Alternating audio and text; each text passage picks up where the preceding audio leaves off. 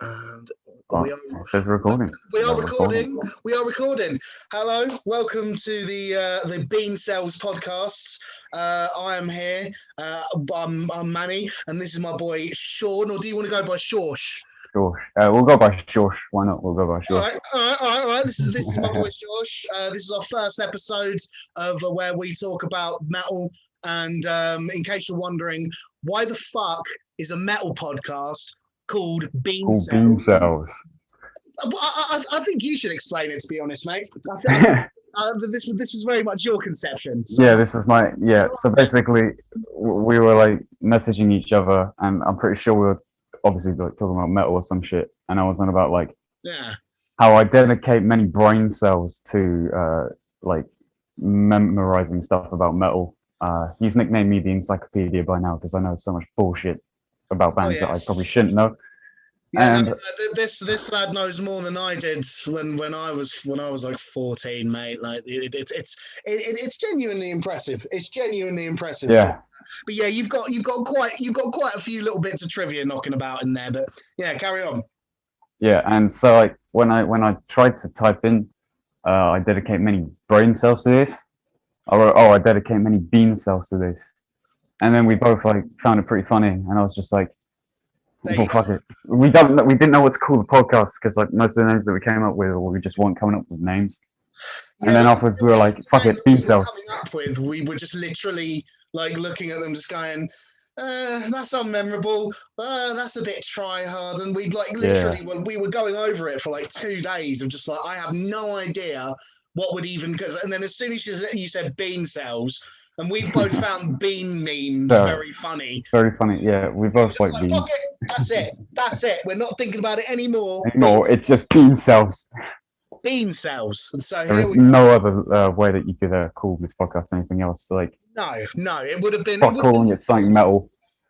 Fuck calling it something metal. We're not gonna be another one of those guys that are like metal cast and that's it. Like, fuck that. Bean cells. New Ironcast podcast, strictly from metal. Yeah, no, there's like 20 of them, so you know Yeah. we're all good. Yeah, no, how I think a good place to start would be how we met each other. So essentially we both went to an open mic night down in Folkestone, which is a town just over from where I live. It's like 2 towns over from where you live.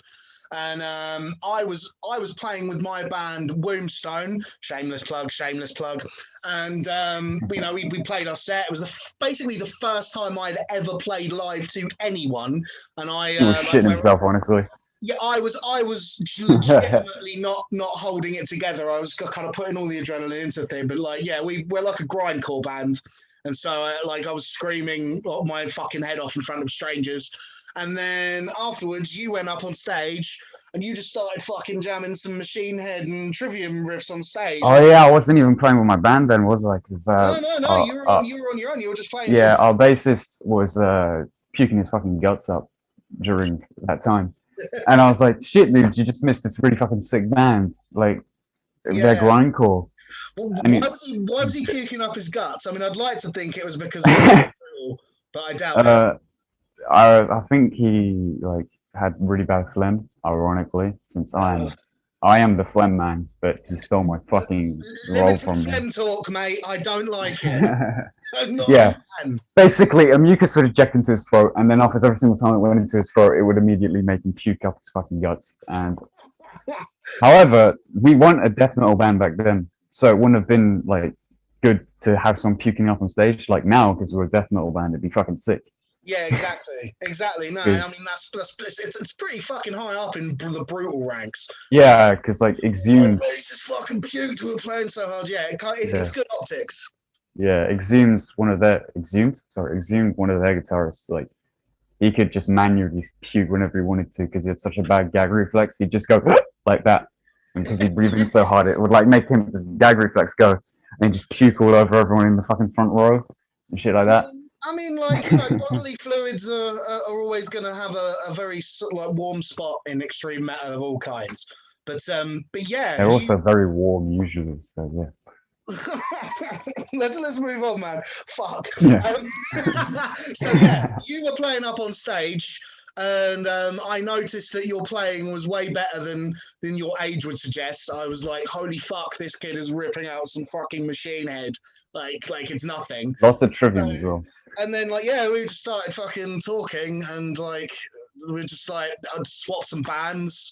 Like you like the Wimstone page, and we've been chatting complete shit about like mainly death metal ever since. Like, because when I was 14, I had the exact same thing of being just fucking. As soon as I found out about like. It was for me. It was Cataclysm and Morbid Angel. I found both of those about the same time. Yeah. And like legit, as soon as I heard both, I just fucking went into the deathly pit of especially with this Maggot Stomp shit coming out at the moment. Like, it's a great time for death metal. Man, the caveman takeover is in full effect, man. I mean, full effect. What a fucking time to be a teenager getting into this shit. Yeah, man. Fucking hell, like, I mean, like I've been fucking obsessing over that Frozen Soul album. We'll get to that when we get to that, I'm sure. But there's been so much of that sort of like the really riffy, nasty shit going on. So yeah, what a time to get into death metal. Can I just say, Frozen Soul's perfect for today? It's snowing like a fucking bitch. It is legitimately we're currently about 4 inches deep. So yeah, it's legitimately like perfect. I did jam the album this morning. It was nice and chilly. Nice. I jammed it while sledding. Yeah, absolutely. Absolutely. But you had the excellent idea of making our first episode mainly about discussing our 5 favorite metal albums. Now, how easy did you find it to compile this list? Like, I got my first like 1, 2, 4, and 5 in like the same day that I mentioned it, and then my third one, I swapped it around. I mean, I've continually swapped it around. Yeah. Because I wanted to do it as in like, what albums have gotten me here? I didn't want it to be like an episode where it was like, oh, how did I get into metal? Well, I started out by listening to Green Day, and then after I found out about Slipknot, and then all that shit. I didn't want it to be like that. Yeah. I wanted it to be more like, what do I enjoy now, and what of those like influenced me, and what sort of took me here at the same time, but not being like the full journey, if you get what I mean. Yeah, no, 100%. I mean, that's been a big part of my choices as well. It's like things that took my attention and like switched my taste down a certain way. But there's also an element of all of these albums are ones that I discovered when I was younger that I still love, because there's some stuff when I was younger that I was obsessed with, and as I've gotten older, that doesn't have quite the same charm. But these are all things. It's pretty.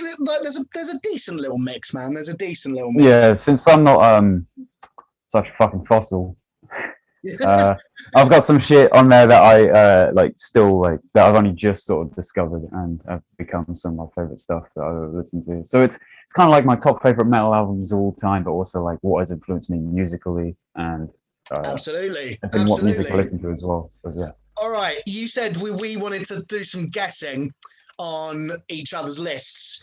Which I think is a good one. So I'm going to just flat out just say the obvious one, as you're going to say the obvious one.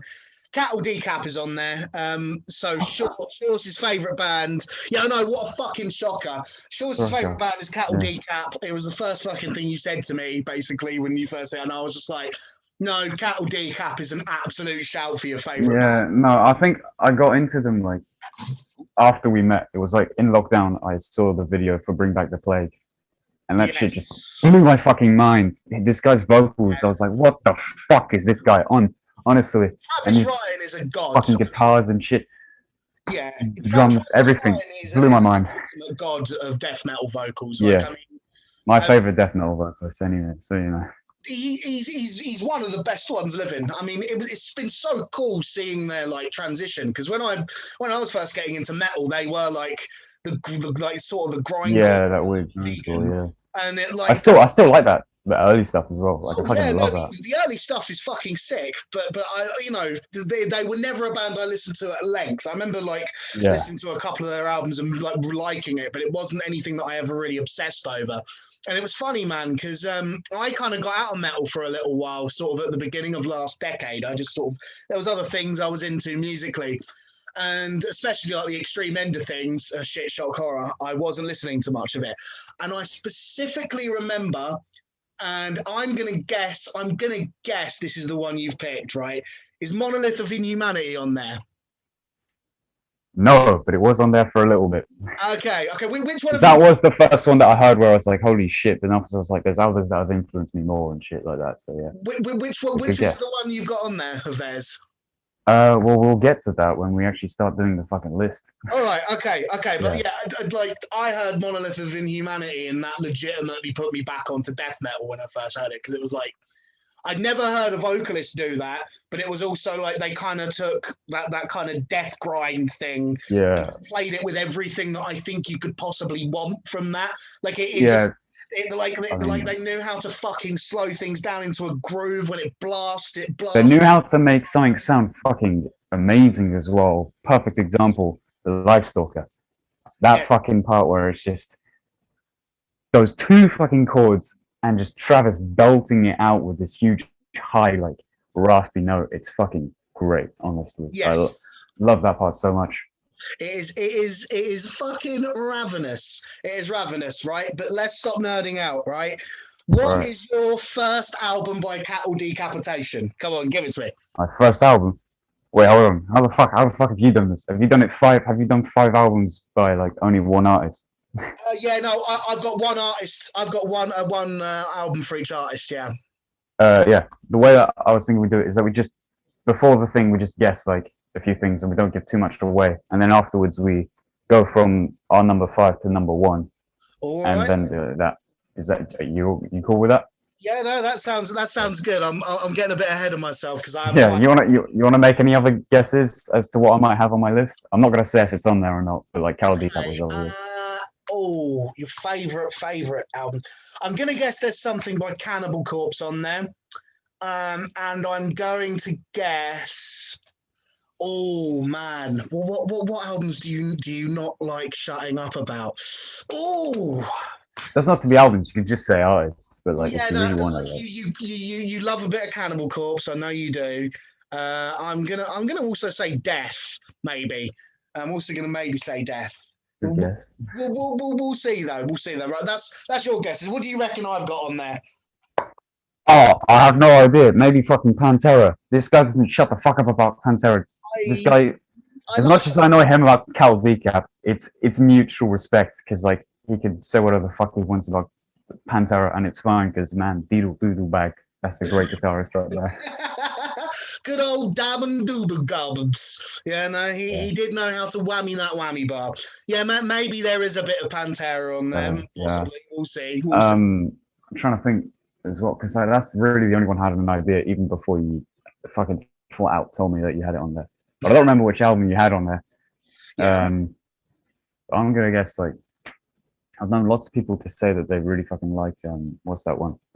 Great Southern Tranquil. Because everyone says that's their most aggressive album, so a lot of people have said that they really like Great Southern Tranquil. I'm guessing that album. Any other things that I might think you might have? Fuck. I don't know whether you like really enjoy. Like, I'm gonna guess like one grindcore band, either like Napalm Death or Pig Destroyer, because I know that you like both of those. Oh, mate. Okay, so your two guesses are Pantera and Pig Destroyer or Napalm Death. Well, I'll take that. Yeah, I'm not sure, but those are like the only amounts of guesses I have, because otherwise the rest of them, I have no idea what the fuck they can be. Right. I'm not gonna lie. I think there's 3 on here I haven't even talked about with you. So this will be quite interesting. Probably shit I don't even know about. Yeah. No, and like it might be homework. It might be homework, right? All right. Who's saying first? Yeah, he's starting. On their number 5 album. I've got to say, mine aren't in any particular order. It's just 5 albums that have. Yeah, mine's kind of in an order, but it's like I said at the beginning. It's just like what's influenced me, what do I enjoy, and shit like that. Cool. So who do we want? I guess I'll start. So a fairly influential album for me for getting me into metal and shit like that. My number 5 is Rust in Peace by Megadave. Oh, good old Megadave. Yeah, we love that, man. The Metallica Revenge bands. Yeah, fuck. Also, come here, kid. Fucking Megadeth is infinitely better than Metallica. You see, So now I completely understand where people who like Megadeth more come from, because I mean, guitar but I wise, know why you don't like it. I know why you don't like it. yeah, I've never been big on, and I know this is a fucking like a debate which has gone on and gone on since the 80s. Like Yeah. this is like a 35-year-old debate now, right? But at the same time, like I am more of a fan of Metallica just because I prefer James's voice. Yeah, I mean, If fucking you're a guitar player, right? So you're a yeah, guitar player. From a guitar player's standpoint, Megadeth wins that every shit's just fucking fucking time. insane.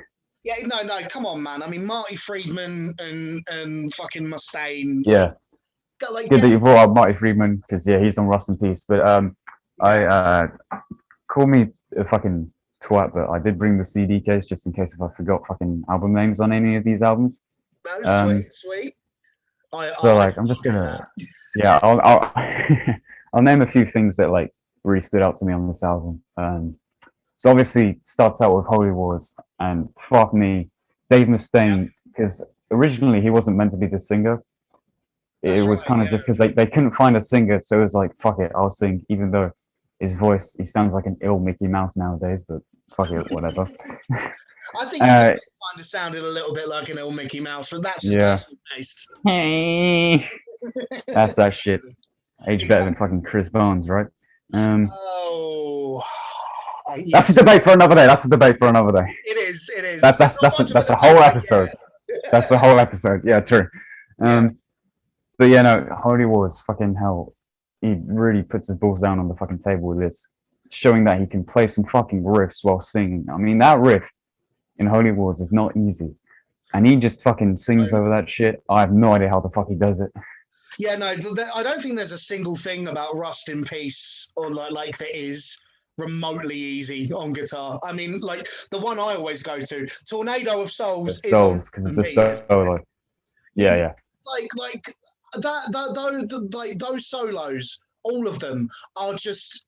It's the sort of shit that just makes you wonder, like, where the fuck like metal managed to get so many wizard players from, because that is fucking pro tier guitar playing, right? But I've got to admit, like my Megadeth knowledge is not quite up there, but my respect, nor is mine, but like my respect for them as lead guitar players, just you can't not appreciate just the fucking intensity that they brought to the table and how much they influenced in terms of like making your guitar playing, especially lead playing, more like adventurous in metal.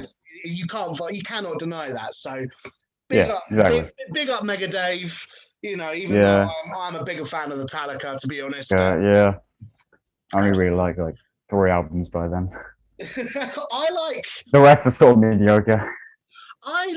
In terms of Metallica, I think honestly, like I'm not even that big of a fan of Injustice for All.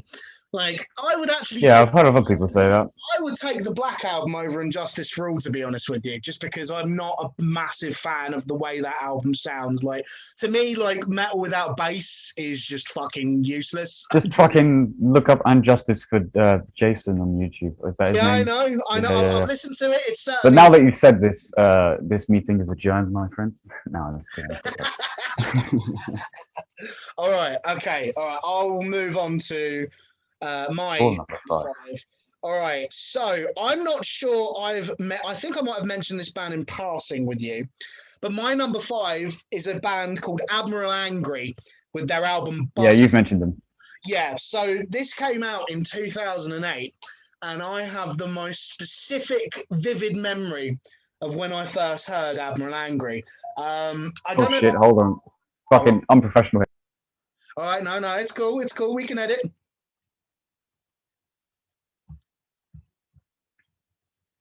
Shit. Okay. Admiral Angry. Yeah. No, you had a bit of a distraction. Very professional, but no worries. We're all humans here, right? Yeah, I don't know my house, surprisingly. Right. Buster by Admiral Angry. I heard this album. It probably close when it came out in about 2008. So I would have been about 15 or 16. And have you ever used the service Last FM before? It's like an old school kind of a music recommendation thing that plugs into your media player, and it tracks what you listen to, and it gives you stuff to listen to based on what you like. No, I've never used that because obviously nowadays you have fucking Spotify, don't we? Yeah, that is true. That is true. But I used to use that a lot. I'm sorry. And Spotify, Last FM gave me Buster by Admiral Angry, and I remember I downloaded that album because back in those times, like this was just the normal. You downloaded stuff. Naughty. I You don't still do it anymore. download shit, and it's still technically theft because like the bands get jack shit money anyway. Yeah, no, that's why I do buy shit. You know, I'm not a complete piece of shit these days. But back then, I didn't care as I much. buy a bit too much shit, but yeah. No, man, I'm with you. I'm with you. But yeah, I heard that album and I just could not fucking believe the guitar tone coming out of the fucking speaker. One of my long-standing loves with metal in general is thick, down-tuned tones. Like I like guitars that don't sound like guitars anymore. Yeah, and this is why this man loves sang the Sugarlord. I fucking love Sanguisuga Bog. I Good, love Mortician.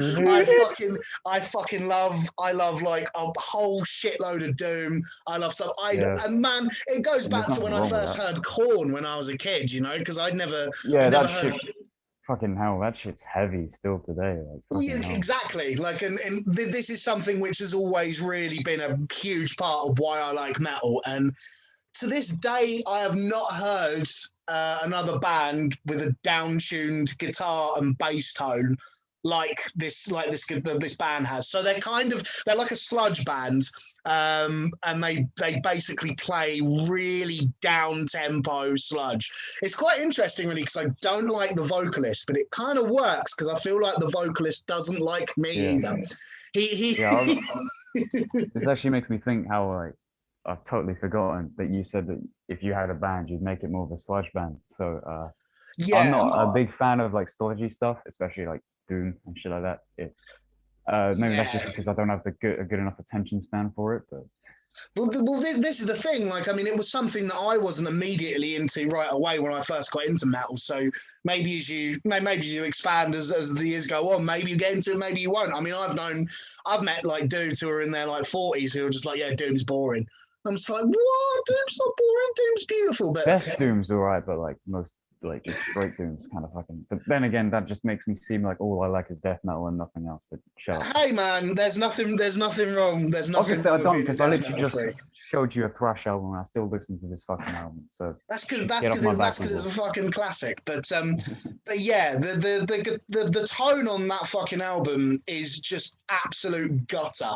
Like so I remember looking up how the fuck this guy had managed to make this tone, and it has to do with the fact that I think he'd taken a bass guitar. He'd either taken a bass guitar and stringed it up like a guitar, or he'd taken a guitar and stringed it up with bass strings.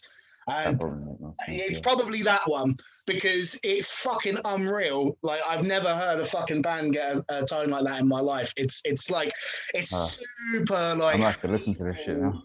It's super hateful, like disgusting, like nasty, like I fucking hate everything kind of sludge. It's just the riffs are just dirty. It's just pure fucking filth, and I absolutely love it. It gets me right in my gut. Like if I listen to that on headphones at full whack, it feels like I'm being fucking punched in the chest constantly. It's one of those.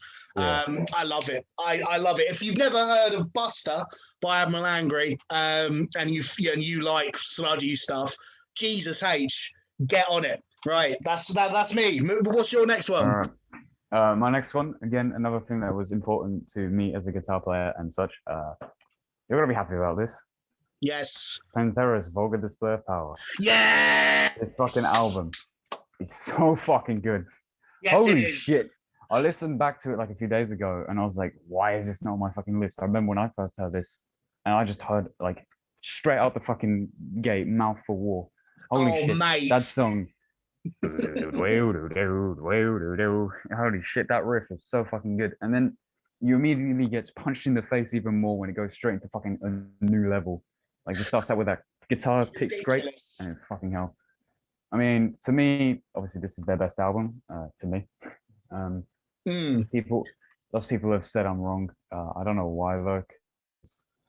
I don't know. I just fucking love this album so much. The tone on this, the production's great to me. Like, it's what I want from Pantera. The production seems to be a little bit of a like some people like bang into the way it's produced, but there's also a big other set of people, and I don't agree with them because I fucking love Pantera, as we'll hear like in a short while.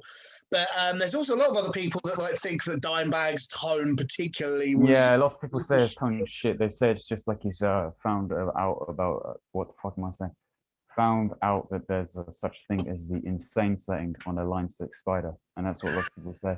And fuck those guys, because Line 6 is a shit. This guy has a good tone. Yes, I would agree. And his solo tones as well. And like we said earlier, Doodle Doodle Bag. I mean, come on, he could fucking get that whammy bar. Like, honestly, I've always like to this day. If you put a gun against my head and ask me who wrote the best solos in metal, to this day, I think it's Dimebag. I just, to me, the amount of feeling that guy could get out of a note is just. Yeah. The most impressive thing is that he says, like, I remember I watched Guitar Clinic of his, and someone asked him, "Oh, do you like look at scales and stuff?" And he goes, "No, that ain't for me. I don't sit there and like do in front of a book. I just sit there in the studio and I just do whatever comes out." And he has this fucking distinct style, which is like probably because he doesn't do scales and stuff. Yeah. People might shoot me down for that as well. But somehow he just had this fucking like great brain for writing guitar parts. As well, like ballads on this. Hollow. I mean, come on, man. That's some fucking emotional shit. Hollow is that is the last track, isn't it? Yeah. Yeah, no, man. That's all of the fucking feels. Yeah. I mean, yeah, you've also got This Love, which is technically a ballad. And also I love it when like they do that trade-off where it's like love, fist, love. Like that shit, that's fucking great. That album is a fucking stone cold classic for a very good reason, and we will see if it's what I've picked. Spoiler, it isn't. It is not what I picked. Right, but... so that was my number 4. Now on to Manny's number 4. Right, my number 4. I know for a fact that you know the mastermind of this band, but I don't know how much of them you've listened to. So my number 4 is City by Strapping Young Lad. Have you listened to much Strapping Young Lad? I haven't listened to any Strapping Young Lad, honestly. It's fucking sin. Dude, so Strapping Young Lad, I think, are just... And if we want to talk about production, right? So, like, people have slated Pantera's production for whatever reason. To my mind, I think City by Strapping Young Lad might have my favorite metal album production job ever. Possibly, because... so what Devi does quite famously is all of his stuff has that wall of sound, right? So when you listen to it, it just sounds like a fucking like a 6 mile high, like huge fucking cacophonous thing.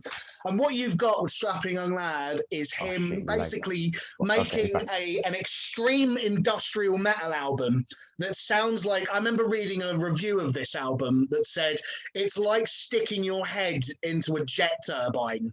And that's kind of like when you get to there's something about the heavier tracks where there's this level of hugeness to it. One thing that I don't think people talk about enough, right? And Gojira nearly made my list. That's another spoiler. There's no Gojira on my list. I nearly did. But I don't think people talk about the fact that without Strapping Young Lad, there's no Gojira, as they sound. They took that massive wall of sound thing from Strapping Young Lad.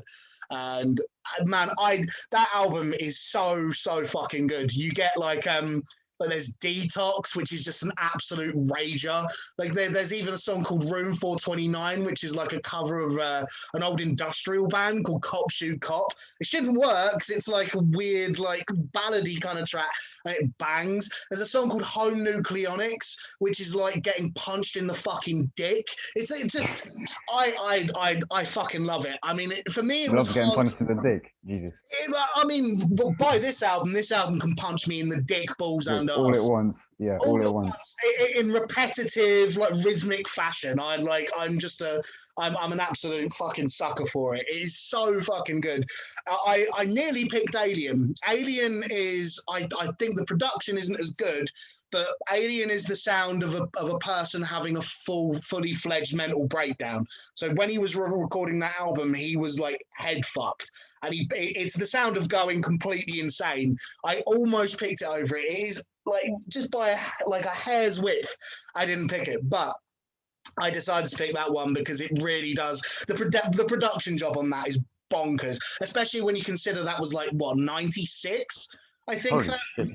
like when you listen to it and you consider it was 96, it is like legitimately not like anything that was around during that time. It still sounds hench. So yeah, I love Strapping Young Lad. As much as I love Debbie, I love what he's gone on to do. Like he's done so much cool shit.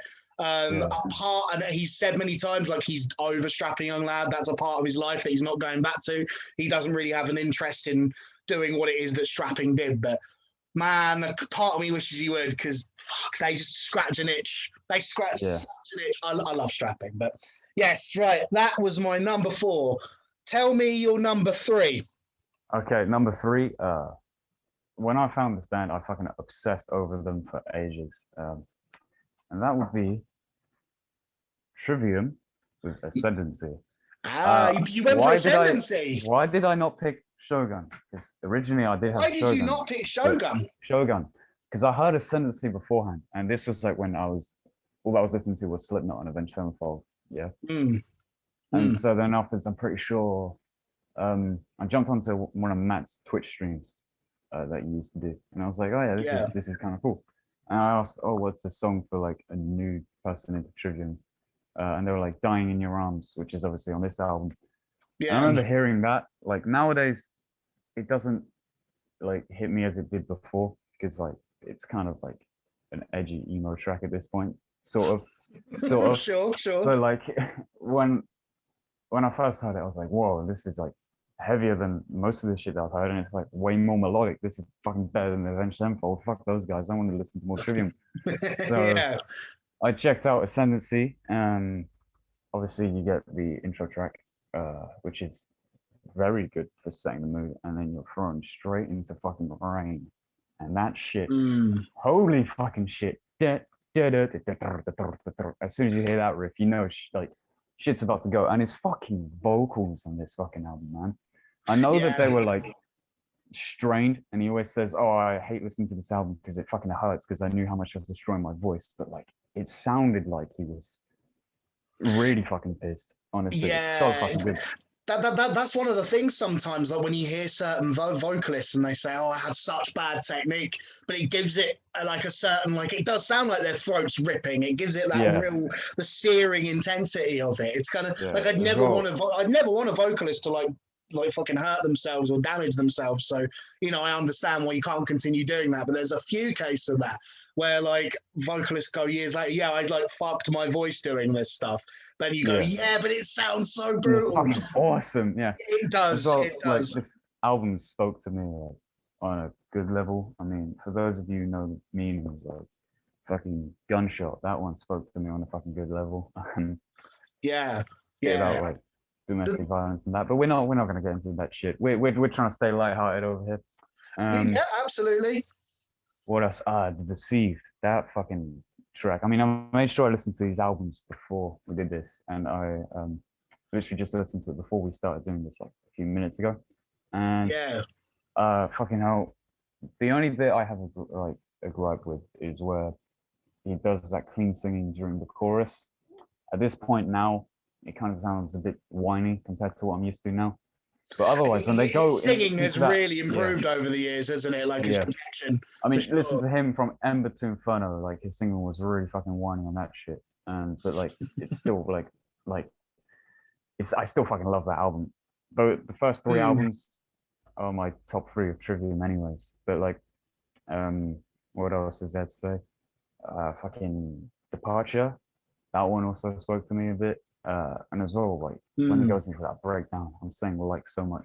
When it goes into that breakdown, holy shit, that was fucking heavy. because you weren't expecting it because it starts out so ballady and shit. Yeah, you got to enjoy a good old fashioned heavy part where you're not expecting a heavy part. It's a trick that doesn't get old. Also, I do love that. You got on this. I fucking heard this shit. I hadn't heard anything this fucking heavy. Yeah, like, right. I know I listened to Slipknot, but like that was all groove shit. But this fucking shit was like, he was Trivium is way more metal, out. isn't it? Like Trivium are way more metal than Slipknot, and spoilers, Slipknot might be coming along on my list, but no, I feel you. Like, oh shit, why didn't I think of Slipknot?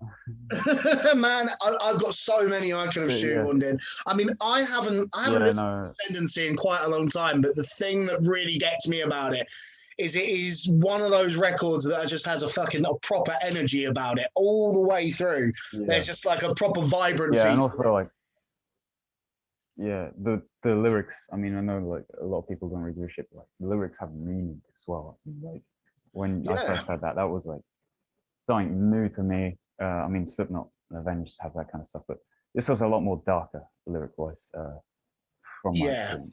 So, tackles fucking great social issues. The Declaration, I mean, that fucking song. Good on me for writing a song about that kind of stuff, you know. But anyway, I'll let you speak now. What are you gonna say? No, there's always a place for talking about the fucking bigger social issues in metal. Always, right?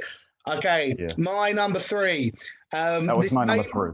Yeah, that was your number 3. This is my number 3. This might surprise you. This is the only straight ahead death metal album on my entire list, right? And like, this is going to also be surprising in that, like, this band is really influenced by Morbid Angel, but it's not Morbid Angel. Like, if I had to pick a favorite death metal band with a gun against my head, it's Morbid Angel, right? But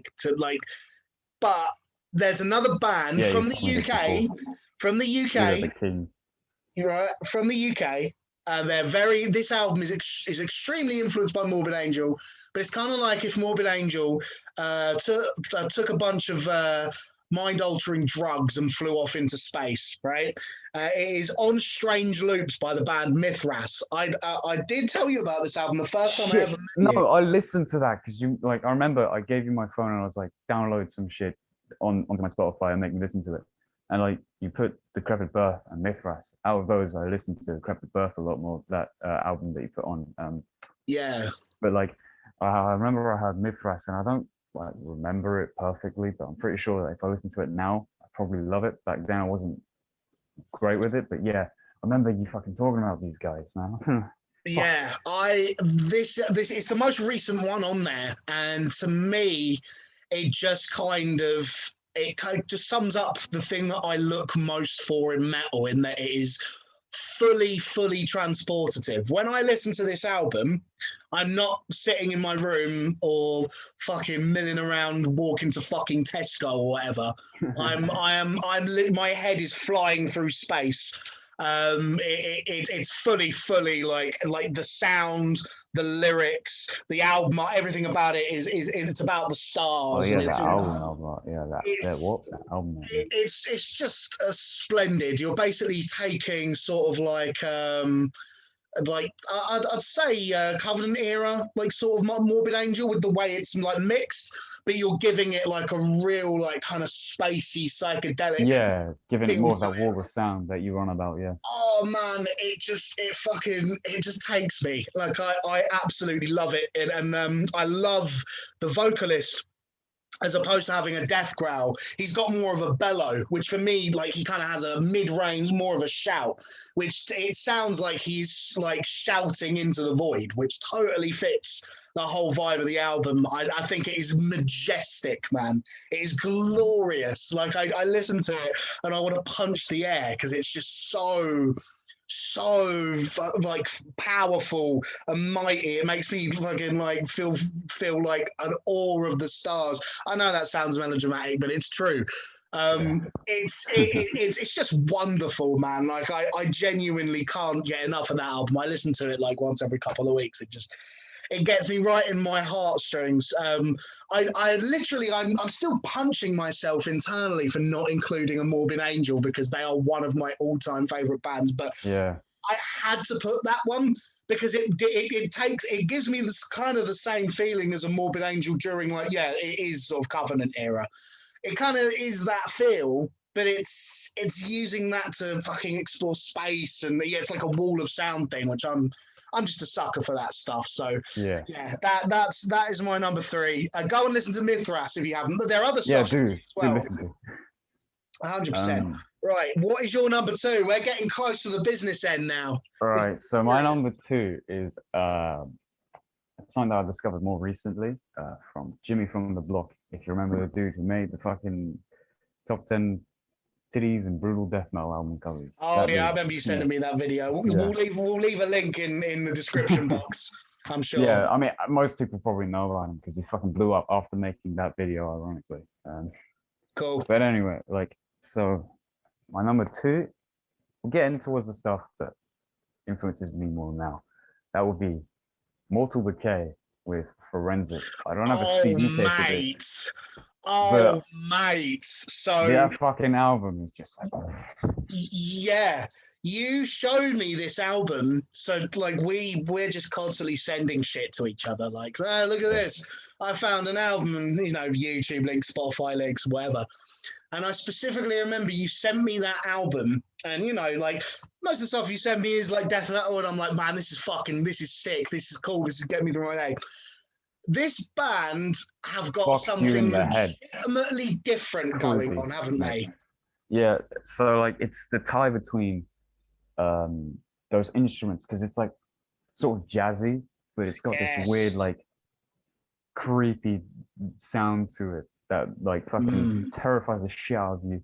And the lyrics, the fucking lyrics, holy shit, this guy, I don't know what the fuck he's done in his life, but he is fucked in the head. Read the lyrics to Chronicles. There's like one part where he goes, my first, she was 9 years of age. I kept her teeth just to remind me of her smile. No sexual acts, just the insane fear of killing. Like, mate, that fucking lyric sticks with me all the time. I always like have that in my head. And Chronicles is my favorite song of this album. I like the riffs and shit inside of it. But also, it's his vocals, like his frog vocals and those like muhahahas that he does as well. It's fucking awesome. And he does those hardcore screams. It's fucking, Yeah, this band have a lot of character. Like they're very, very unique. Their riff style is super, like you say, it's twisted, isn't it?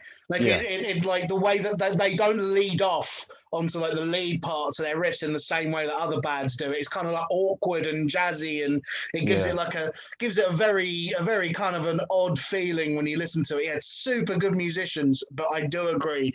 I am a sucker for a death metal vocalist that is more easy to understand, more intelligible. Yeah. Not that I don't love a good old fashioned fucking slam toilet vocal. Right? I love that stuff too. But when there's like an enunciation and you can genuinely pick out bits, and that guy has a really unique voice, dude. I've never heard. Yeah, also he does those whispering parts, doesn't he? Which just adds to the fucking creepiness of this, because he just all of a sudden. You'll be screaming and he'll just go into your fucking ear. And it's like, what the fuck? This dude has got a problem in his brain. I don't know how these guys do it. Yeah, no, it is talented musicians and shit like that. Yeah, it's genuinely really creative. Like, also, can we talk about the samples real quick? Yeah, you can. I can't remember them off the top of my head. The samples fuck with you as well, especially that one in fuck. Hold on 1 minute. Let me just look up the song name real quick. Always remembers the song name. I'll take a swig of beer. Oh, do that. I'm underage. I can't do that. That would be illegal. That would be. We do not approve of underage drinking on this podcast. Don't do it. Just because I and other people do it. Don't do it. Well, what's the name of the drink song? responsibly. Beyond Forensic Knowledge. That's at the end of that song, there's the fucking part where he goes like this riff, just this oscillating riff that's just like just keeps going, and it fucking keeps going, and it drills into your brain, and as you hear this like forensic scientists just go multiple stab wounds to the chest, multiple disfigurements to the genital area, multiple stab wounds to the face, 20 stab wounds to the face. It's like fucking hell. And then it overlaps itself as if it's making you go insane inside your fucking head. It's yeah. fuck these I guys. remember. Yeah, no, the whole thing really does like it's like they've really paid a lot of attention to making it like feel like more of an art piece in a sense, which I love that kind of thing when there is like a narrative or a feeling they're getting at, and it does feel like you're getting inside the mind of like a perverse serial killer. You know what I mean? It kind of has that. It has that real like twisted, like kind of horror movie thing going on. And I mean, if you like death metal, everyone who likes. And it's not like the standard horror movie death metal thing where it's like scenes of blood and shit like that. It's like yes, it is actually fucked up. Yeah, legit. You know what I mean? It does fuck with you a little bit, which is what we want from our death metal. That's where death metal came from. It was, you know, it was trying to shock us. It's good to be reminded you could still be shocked, because I mean I've been, you know, when I've been listening to like extreme stuff for like a long time. It's like I think it is like about 13 or 14 years now, which is depressing. But it's nice to be reminded occasionally that stuff can still make me feel a bit unnerved, because you can get a bit used to it, you know what I mean? And it like you know, the first time I ever heard like Deicide, right? I was like, this is fucking scary. I listen to Deicide because I think it's fun now. You know where I'm going? Yeah, I remember when I heard that first album, he does those layered vocals, doesn't he? Where it's like the lows and those weird like psychotic highs. Holy shit. I remember finding Deicide legitimately quite fucking scary, and there was a couple of Slayer songs, but you know, you get used to this stuff. But bands like Mortal Decay, they can really kind of remind you of like, we can still like get in your head a bit. Well, it's like not just for people that listen to a lot of extreme music, like just normal people. It's kind of harder to make them scared by shit. Trevor from Black Dahlia Metal was talking about this. It's like with death metal bands and stuff, have been doing it for so long that people are just like, just let them get on with their thing. They're not hurting anyone. They're just dumb. They just think that they're fucking gonna do this shit. Leave them alone. Whereas like back in fucking 90s and stuff, we had Tipagore and a Legion of Doom trying to fuck with this shit. And I don't remember his name. Out in Cannibal Corpse. I don't remember his name. That fucking president. Yeah. I know who you mean. It was a different time, man. Nowadays, it's like hard to get people to be scared about stuff. Well, I think of bands like fucking Pissgrave, like, because I remember when I saw their fucking album, like when I saw those album covers, I was just like, that's fucked. Like this isn't fun. Like I look at like a drawn gore album cover, and I go, because it's fake, because it's in the round. I go, oh, that's great fun. When I looked at that, but when it was actually beating up dude with a piece of his face missing, like this isn't nice. I'm not enjoying looking at this image. So it's nice to be reminded. We're turning this into a double episode. What has happened to people being scared in extreme metal and also our top 5 albums. Anyways, let's try and move on. Right, no, absolutely. That was my number 2, Mortal Decay Forensic. If you haven't heard it, go check it out. Also, yes, 100%. It's a fucking great album. It is fucking great. All right, okay, I'm on to my number 2, and like you said, the main part of this really was these are all things that have had a big influence on my taste, and I couldn't really make a metal album list without mentioning Slipknot, right? I couldn't do it. It would be totally. I didn't want to do it because I didn't want it to be like a journey through what I've done. I kind of I know what you mean, but at the same time, like I still get so much fun out of listening to that first album. Now I was really deciding whether it was going to be the self-titled or it was going to be Iowa. But really, in my opinion, self-titled was better because like Iowa towards the end gets fucking annoying. I love all of Iowa. Maybe that's me being a fanboy, but to me, there's a certain energy to that first album. And I remember when I first heard that, like you were saying about you with Trivium, right? Like you hadn't heard anything that heavy. So the first like heavy thing I ever heard was Korn. So I am a child of the new metal era, and that's an age thing. I was as well. Right. Trivium arrived, and that fucked me up. Yeah, like I remember like hearing Korn from like a friend of a friend and going, that sounds fucking evil, and I just didn't want anything to do with it. Like that was when I was like 9 or 10. And then when I got to secondary, a few of my mates were bang into Slipknot. And I remember listening to that first album, and it was Sick. It was the song Sick, the first one on there. And I was like, do I like this? Because you've got to keep in mind, at this point, I didn't know like metal was just something my mates are into at first. And I was just like, do I like this? I think I like this. And then I listened to it twice in a row. And that, as soon as I listened to it that second time, I knew I was fucking in.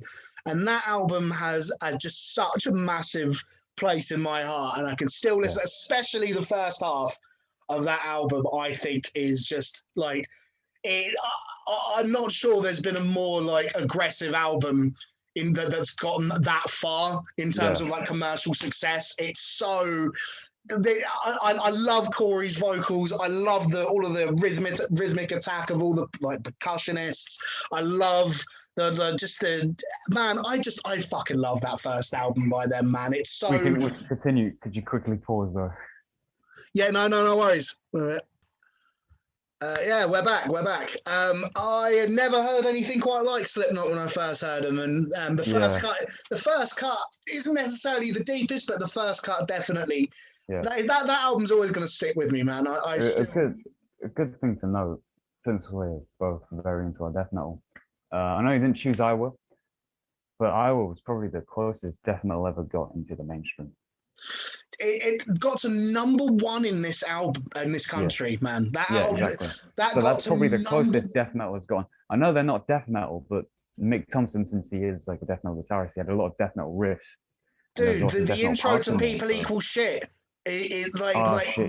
That literally, I would like that's death metal. The way that song opens, and that's the first song on the album. You know, it's literally like that is death metal. It's blast beats and. So I'd say like the first two were like probably the closest death metal has gotten into the mainstream media. Otherwise, well, this is the thing. Like I would say that Slipknot was the band that kind of completely put me down that path. You know what I mean? Like, to me, like, I know there's always going to be some people that fucking rip on Slipknot because they're extremely popular and they've got the mask. But to me, there's something so fucking genius about how, in the earlier stuff, they played in a way that was genuinely aggressive. But there is something about them that makes them so much more like accessible to someone who isn't into it. Like, because they've got those fucking massive choruses, and their songs are catchy, man. Like, like I'm trying to think. Like, you think about Wait and Bleed. Like, that can get stuck in your head. Yeah. But I mean, my favorite song on the album actually is Scissors, because I know that was one of the moments, the final track on that album, and it's so, to me, that song is so heavy. I remember hearing that and just going, this is like, it made the hair stand up on the back of my neck. You know, it's I was just like, man, this is fucking powerful. But like the fucking after Scissors, since that's the last track, right? Scissors is the last track, yeah. Yeah, it is. Yeah. So after that, you wait a little while and you get given EO as a bonus track. Like, that shit's borderline grindcore. But that and Get This as well. They're both like legitimately fucking. Also, the B-sides on that fucking album are great. Yeah, no. Slipknot have a fucking just an ongoing thing where they'll stick B-sides on their albums that are better than half the fucking tracks in the middle. Yeah, what was that one where it was Snap? Mate, there's loads of them. That B-side, Snap, where he just fucking tells someone how he's gonna beat the shit out of them because they're pissing him off. I remember when I first heard that and I was like, like, it's like the level up from Limp Bizkit's Break Stuff, and then after you get Snap, because Break Stuff, it's just like, oh yeah, I just want to break a bunch of shit around me and that's it. Snap, you're gonna fucking piss me off and I'm gonna beat the shit out of you. Yeah, no, they definitely took, like, because I would say the first album is like definitely has that new metal element. Like, I think once you start getting to Iowa, that starts dissipating more. Apart from the turntables, they've got the record scratching and stuff, so that remains. But You know, the first, like, you got Spit It Out, which is rap metal. There's bits of that on there, but they kind of took the aggression that I think a lot of those bands were kind of getting at. And with Slipknot, you actually believed it. Like with a lot of those other new metal bands, it really, like, I listen to them and you just kind of go like, I don't believe that you actually like are that annoyed. When I listen to those, like when you listen to that first album, that's the sound of dudes who are legitimately about to fucking kill everyone in the room. The Like, thing to note is they were wearing masks back then. So I think back to in 1999 when that dropped, no one really knew who they were. So that's probably another thing that made people think these guys are actually gonna fucking do this. This is not just a Fred Durst where he's a fucking annoying Chad. This is a fucking. These are guys in masks. Like that's a bad legitimately thing. Fucking psychopaths. terrifying. Yeah, no, absolutely. And I mean, that totally added to the experience. I love the fucking look to this day. I love how they, you know, the stage presence and all that. But yeah, forever close to my heart, the self-titled Slipknot album. Right, we are on to the fucking big leagues. The big boys. This is what we came here to see. My number one. Okay, I've got an extremely good idea of what this is going to be. But I'll let you say the band. Oh, hello, Cat. Yeah, exactly. Like, even the cat had to join for this. Like everyone's got to be in for this. This is no fuck around. So yeah, my first. Stop drinking. Fuck, I'm throwing off now. Don't leave me hanging, man. Yeah, shit. I mean, you already know what band it's gonna be. It's gonna be Cattle Recap. Of course. And this literally only changed like 2 days ago. This would probably, I don't know why it's this, and people are probably going to beat the shit out of me for saying this, but my number one favorite album of all time as well. This is actually genuinely my all-time favorite. Karma Bloody Karma, man. I was talking to you about it yesterday. And I know people are going to hate me. I know people are going to hate me. I know people are going to hate me because I don't have a physical copy of that either, but I'm going to get vinyl of it at some point. And yeah. Absolutely. So obviously, my favorite started out as being Monolith, but then I went to Harvestful, and then for some reason that was my favorite. And originally, I did put Monolith because I thought it had a bigger impact than the first one that I heard, where it was like just this wall of sound that they create with 4 guys, and that's it. And it's intense, isn't it? But then after I was like, no, Harvestful is my favorite. And then after I listened to Karma Bloody Karma like 3 times during the last few weeks, and I was just like, no, this one's the one where it's at. It has a bunch of elements that shouldn't work for me and me liking them, or liking that album, because I'm not into much like super like melodic stuff. I'm not into like doomy parts, but like fucking hell, they have the doomy parts and the melodic parts. Going back to the Mortal Decay thing, they're like creepy melodic. And the bass guitar will be doing something actually melodic. The guitar will be keeping to that same melody, but fucking around with it. And then the bassist all of a sudden fucks up the melody and then goes back into a nice sounding melody. And parts where they do this black metal part. Sick. In Karma Bloody Karma, I think it is the song Karma Bloody Karma. And they just have this whole black metal recording. All of a sudden, it's just one microphone in a fucking shed in Norway that's recording them, and they're just doing this whole black metal part, and it comes in and beats you in the fucking face. So this, I don't know why this ended up being my favorite Cattle Recap album, but it's also influenced me to write a lot of new riffs as well. So that's what we like to fucking hear, man. And you've legitimately piqued my interest, because I haven't listened to any of the pre-Monolith stuff in quite a long time, and I'm not. So I tell you what, after I finish this, that's my first port of call. Is I'm going to stick this on, because I do love influences that shouldn't work, and I do love good interplay between bass and guitar player. It's when that's done properly, I'm a fucking absolute tart for it. I'd like to say, like, this is when he started experimenting. Travis started experimenting more with his vocals, such as like he was still doing, because before this was Human Yell, right? So as well, I'm thinking to go from Human Yell, which was almost like basically a straight death metal album, and then all of a sudden this comes out. It must have been a big thing, not as big as Monolith, because everyone seems to fucking obsess over that. Maybe just not many people knew about the band back when Karma Bloody Karma came out, I don't think. Yeah, I think I wasn't even they were fucking still alive. kind of in like the grime scene more than anything Maybe else. I You know what I was. mean? Yeah, but like Yeah. they made Shimonyor, and then offers this comes out and it's got like these death metal parts, but it has these weird like oscillating riffs. Sick. Fucking hell. No, I was only born in the same year that this fucking album came out, so that's a good thing. Oh, you always Um, know how to make me feel like a fucking fossil, mate. cool. um, no, but also like, what else is to say about this fucking album? This was when he started experimenting with these weird high vocals and stuff, and he Yeah. also has a standard high in The New Dawn. He just does this really high note, and Mm. it's like a foreshadowing back to the. I don't know if you've watched the making of Monolith of Inhumanity stuff. I think I have. Yeah. And he's like during the recording of Lifestalker, he's like, "Oh yeah, but I think I'm Celine Dion."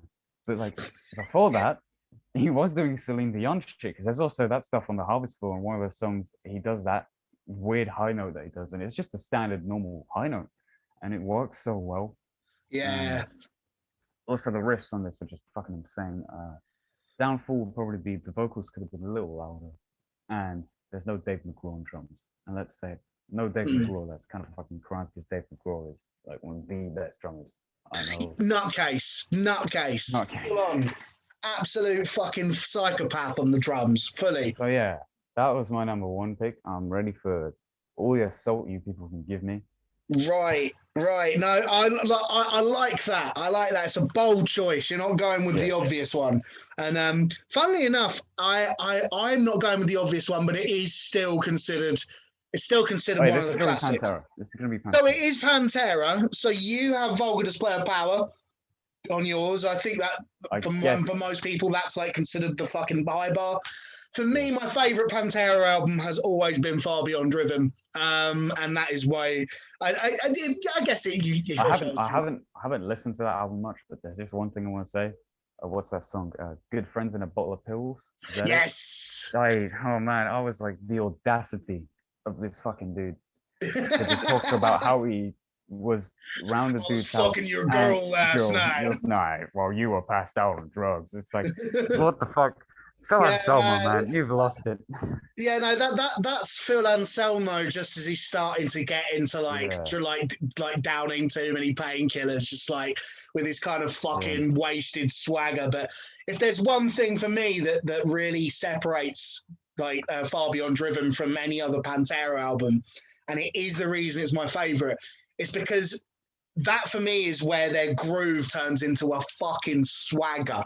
So up to that point, 5 minutes alone. That album has the biggest bollocks on it. It's like it just walks in the room with a fucking with a great big strut, and it's looking to punch you in the face. Anyway. Oh man, I can't listen to that album and not walk along with a bit of a fucking pep in my fucking thing. Just walk along like I own the place. Feel 10% more Chad. It is maybe. I mean, they are maybe the Chad metal band. Like they are testosterone, purified and recorded in audio form, aren't they? It's weird because in that band, Phil was very Chad, right? But he's got shit like Scowl, which is like not the same sort of thing, which is almost like a rejection of Chadness. He wishes he was not in the Chad scene. Maybe. We will get on to Scour at some point because oh fuck, I love Scour so much, man. In fact, we're definitely dedicating a bit more time to black metal stuff at one point because that's been a recent discovery of mine. But man, I do fucking love Phil, which I know you're not necessarily supposed to say as much these days, but there comes a point where separating the art and the artist is totally necessary. And I don't see a problem with that. Dude, that's an episode. He just has like one of those voices which just has so much attitude dripping off it. And for me on that album, that's where you get the groove really just turns into a swagger.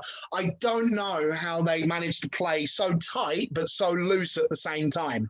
So they really get that kind of like the lurching nature of it, but it's always so on point. Pantera were known for how tight they were. But you get that groove, which I just can't not move when I listen to it. And like for me, like Dimebag's guitar playing got fucking weird on that album. Like you get Strength Beyond Strength. There's that fucking there's that like halftime break in the middle where he does that fucking solo. Just some of the fucking guitar choices on that are just so bizarre, but so fucking cool. Like I think of that riff in Becoming, where he just kind of I don't know. I think he does it with a pedal, like or it might be a whammy. I don't know. It's like dun dun wham bam bam. Yeah, that would probably be the fucking what's it called? That fucking whammy. I don't remember what it's called. But there's a specific like wah pedal that instead of really doing a wah, it shifts your fucking pitch up, and that's the thing that like Gojira and stuff use a lot as well. So yeah. And it just a very popular thing. It is, and I think that might have been the first time I'd heard that personally. Yeah, but it would be the first time I heard it as well. I mean, I haven't heard this album much, but I need to check it out. Yeah, no, it's just for me, it's the swagger element, because that's the thing which. I think Pantera do the swagger better than any metal band have ever swaggered. Like for me, like you've heard a lot of bands try and sort of copy their groove. Some of them have done it well, but to me, they don't have that fucking. It is just like a strut. Like it's like a fucking, a new level of confidence and power, for fuck's sake. Like that's on the album that I chose. Yeah, exactly. But it's like that. It's a good way to quote that. They walk the walk and they talk the talk, and for me, it doesn't get old. Like I've been listening to that album for about 15 years coming up to, and I still love it just as much. I can just stick that on and just fucking like groove out. I mean, I love all their albums. I know a lot of people would pick Grey Southern Tranquil. I mean, that is their most extreme one. I fucking love it. It's the best intro track, and it has the final riff on that album legitimately makes me want to fucking put my head through a wall. It's gorgeous. But yeah, there's just something about Far Beyond Driven. I fucking love it. So that is my number one album. How you feeling, man? How you feeling? We did it.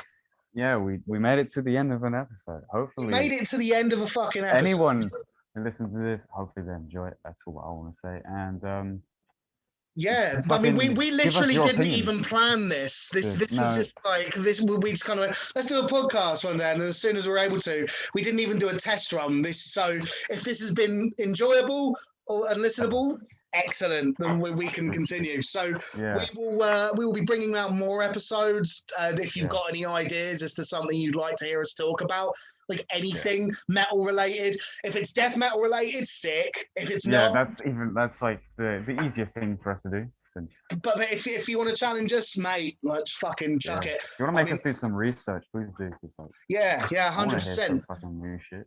Right. Well, I tell you what, I'm definitely checking out a couple of bits and bobs that you've reminded me of while we've been talking about these albums. I'm checking out some stuff that you have told me about. We've both got homework, and we'll both talk about them next time we're on. That sounds sick. Yeah. All right then, mate. Right. Good maiden voyage, and I'll see you all soon. Take it easy and nice. Stay brutal in that. Eat some fucking beans. Eat some beans. Yeah. Eat some fucking beans, lad. Get some protein into you, man. Yeah, boy. In a bit.